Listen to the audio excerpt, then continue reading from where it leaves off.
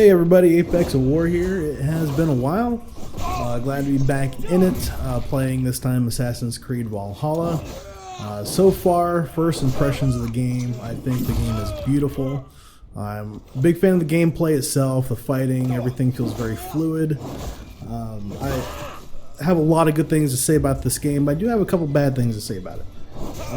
So the bad that I've noticed so far, at least on PC, there are some stability issues with the game, and I feel like with the upscaling of enemy levels, I don't feel it's as challenging as it should be. Now that's what we'll partly be discussing today, is playing this game on Nightmarish difficulty, which it's a form of level scaling where your enemies are at a minimum 60 levels higher than you. So that you would think should be very difficult, and it's not as difficult as I thought it should be. But you know, if that's the challenge right now, it's the hardest challenge you can provide yourself in the game through the settings. So I want to talk a little bit about that and what you could do to make your playthrough, if you do want to play through Nightmare settings, what you can do to make that a more enjoyable experience if you're having trouble with it. Just give you some general pointers, honestly, to make your playthrough smoother. Now the clip you see here before you, this is not Nightmarish difficulty settings. This was Nightmarish difficulty was just added into the game with the latest large patch. Just came out a couple weeks ago, so this gameplay is not Nightmarish difficulty, but the rest of the gameplay is. And if you haven't already, hit the like and subscribe buttons below. Helps the channel out, helps get these videos out there, and helps out more gamers. So without further ado, let's talk about how we can make Nightmarish difficulty not so nightmarish. First thing is first, find what's comfortable for you. Now this is going to be different for everybody. There's all sorts of different weapons, there's different armor that enhances certain playstyle, but it should all come down to your preference. What's comfortable for you. Ignore what people say is the best, ignore what is best on paper. If you can't be comfortable using those weapons, you're not going to do as well as using a setup and using weapons that you are comfortable with. So number one, find what's comfortable for you. It's going to be different for everybody. Just find what works. When you find that, build on that. Second big thing for being successful in Nightmarish difficulty especially is not panicking when you're getting your butt handed to you. As long as you're alive, don't panic, because what that's going to do is throw you off your game. It's going to throw you off what you're used to doing. You're going to start doing things you're not normally used to doing. It's just going to throw off your rhythm. Don't panic. Even if you're in a pinch, just stick with what you do.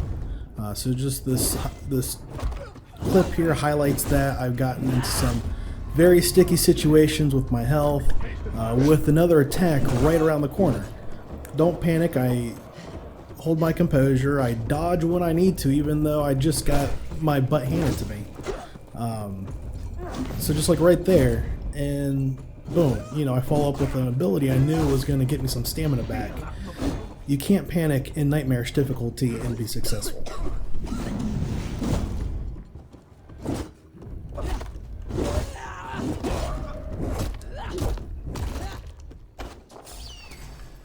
Speaking of skills and abilities, next thing is to make sure you're using your skills and your abilities to your advantage. I feel like there's a lot of people in high stress situations, which there's a lot of high stress fights in Nightmarish difficulty, to just stick to the basics, and that's just not going to cut it in Nightmarish difficulty. You need to use everything at your disposal to be successful.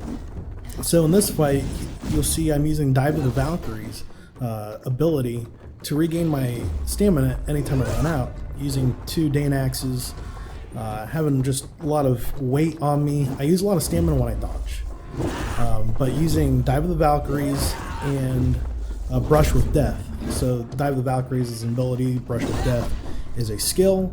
Both of those regen my stamina completely. So I use those to my advantage when I am running out of stamina, just like right there.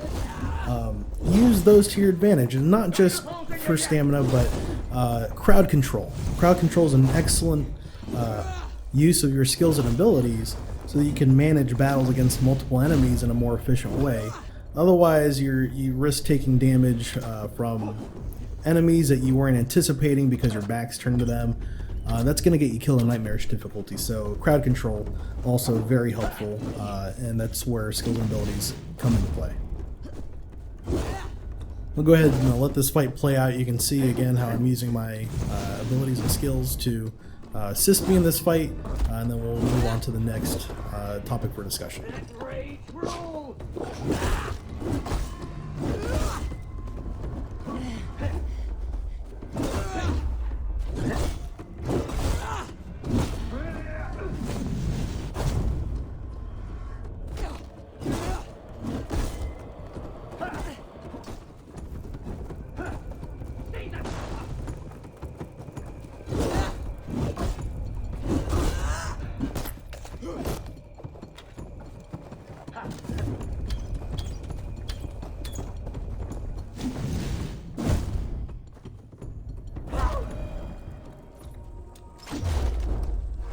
So this one's a little bit less obvious, but still kind of obvious, is making sure that you're using your surroundings to your advantage.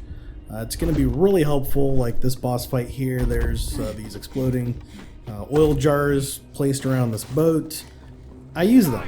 Why not use them? You know, they're there to help you out. So if you have an opportunity to use your environment to your benefit, do so. It's only going to help you out. It's going to make things a lot easier. You see here, this guy's just burning away. I'm just hanging out, pinging him with arrows. You know, this was an easy boss fight because of that. So when there's an opportunity to use your surroundings, not just in a way that deals direct damage, but also in ways that helps manage the fight better if you've got multiple enemies on you. Using your environment to separate them out. We'll talk a little bit more about that here in a moment, but there's multiple ways to use your environment to your advantage. So let's make sure that you're doing that, and it's going to help you out big time with this Nightmarish setting.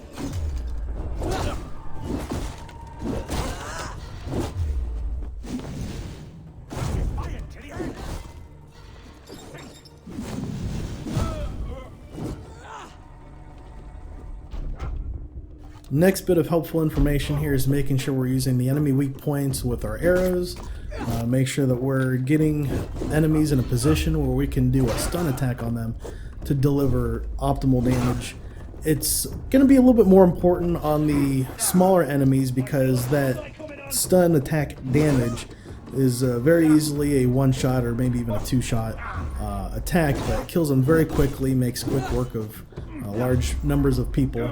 Not quite as important with some of these more beefy enemies, but still very helpful. You know, don't not do it just because of that. It's going to get you a really good attack on them. So to make sure that we're using the weak points, there is an ability with your bow that slows down time. It's called the Focus of the Nornir. Slows down time, allows you to hit those weak points. Because it can be sometimes hard hitting them when the enemy's moving around and jumping, but slow down time, hit those weak points, get that stun attack damage in. It's gonna kill the weaker guys very quickly, if not instantly, and it's gonna help you get those bigger guys down quicker.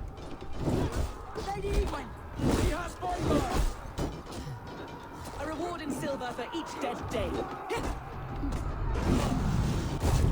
We will use your flesh as mulch for our crops.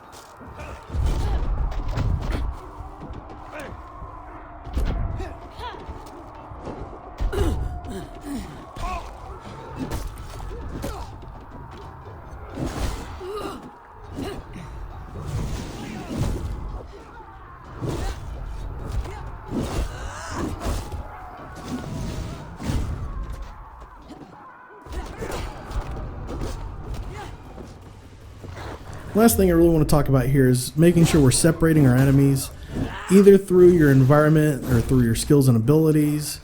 Separating your enemies out using crowd control. It's going to be really important in Nightmarish difficulty, and I already discussed a little bit about that in some of the earlier segments in this video. But here, this is a huge display of that. So these are the Corp Feeder wolves, legendary animals, and man, they hurt. They deal a lot of damage. They work together for combo attacks on you. And those combo attacks are one combo kills. So you get caught up in a combo, you're dead. So separating them out, I fought and killed the first wolf up on top of this little building. I drew the second wolf up here. For some reason, the third wolf just doesn't come up here. Not sure why, but you know, it helps me out. So I use my environment to my advantage to make sure that I can kill them without overwhelming myself with, you know, a ton of attacks coming at me from all different angles. So after this clip, I kind of put everything together in a fight with the Zealot. Zealot, I want to say, was level 340. I was level 155 when I fought him, so pretty large level gap there between the two of us. Still managed to do it, and it wasn't terribly difficult. Just making sure that you're doing the smart things in the fight that you need to do. It definitely makes just about any fight in this game doable, which is going back to one of the first things I said about this game that I didn't care for. I don't feel like I should be able to do that, but here we are. I'm doing it. It can be done. And these are some tips and tricks on how to do that. Anyhow, that's all I got. I hope you guys enjoy the rest of the gameplay. Stick around, watch that Zealot fight. Hit the like and subscribe buttons below. I mean, that'd be a huge help. I got more Assassin's Creed Valhalla stuff coming. A little bit more on builds and some of the gear in the game. So stay tuned for that. Hope to see you guys here in the next video. Check me out on live stream as well. I've been live streaming my playthrough, or a good portion of my playthrough. So check that out. Like and subscribe buttons. Thank you, everybody. That's all I got. Apex out.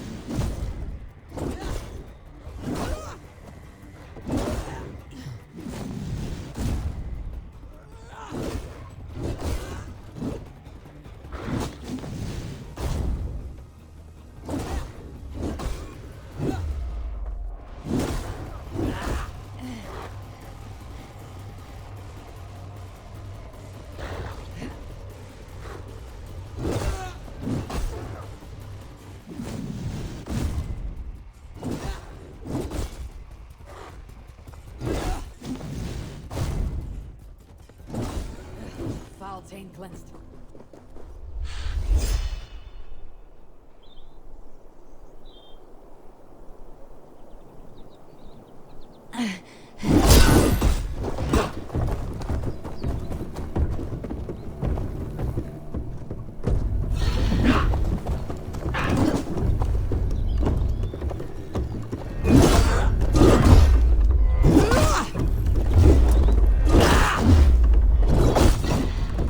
Take this, Arnold!